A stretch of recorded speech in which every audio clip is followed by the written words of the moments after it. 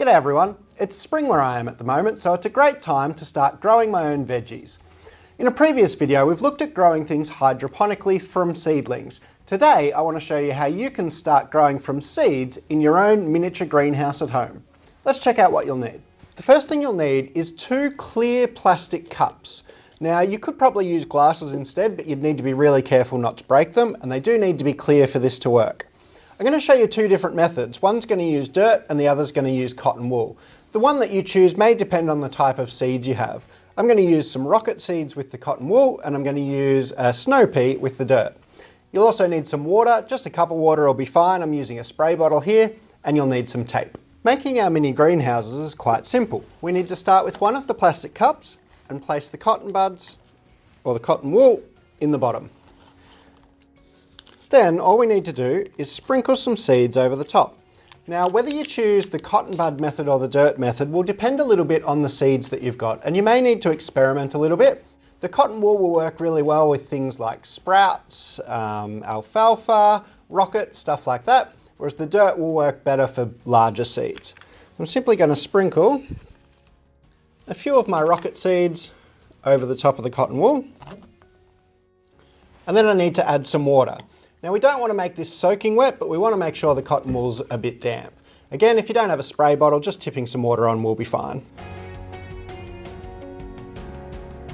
You should be able to see water making its way all the way through your cotton wool, but you don't want it pooling largely at the bottom.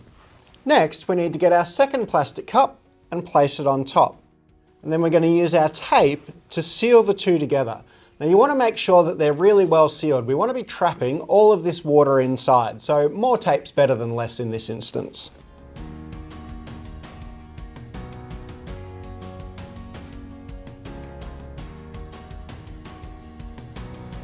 So you want to make sure you've gone all the way around and that it's completely sealed. If in doubt, use a bit of extra tape because we need to make sure that our water is trapped inside. The second option is pretty much the same, but we're going to be replacing the cotton wool with some dirt. So take one of the cups and pour the dirt in. You want about 3 or 4 centimetres worth of dirt in the bottom. And then going to take a couple of my seeds and push them down about 1 centimetre into the dirt.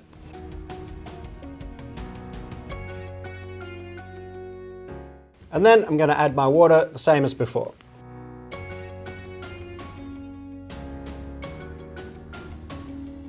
Then, just like last time, I'm going to place my second cup on top and use my tape to completely seal the edges.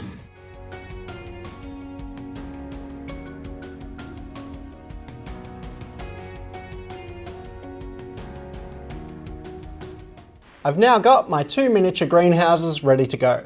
All I need to do now is place these on a windowsill where they're going to get a bit of sun and stay nice and warm, and wait until they start to sprout.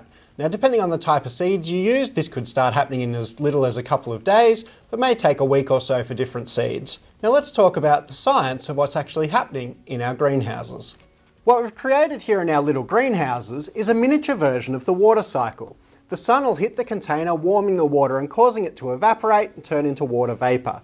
It then make its way up in the container where it'll condense at the top and run back down the sides to where our seeds need it, which is why we need to make sure it's really well sealed.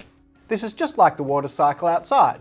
The sun hits water, whether it's lakes, ocean, puddles on the ground, evaporates the water, it makes its way up into the sky where it condenses together as clouds. When there's enough, it starts to fall as rain. Over the next few days and weeks, your seeds will start to sprout and grow.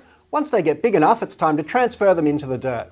I'll include some pictures showing ours growing over the next few days so you can see what to expect.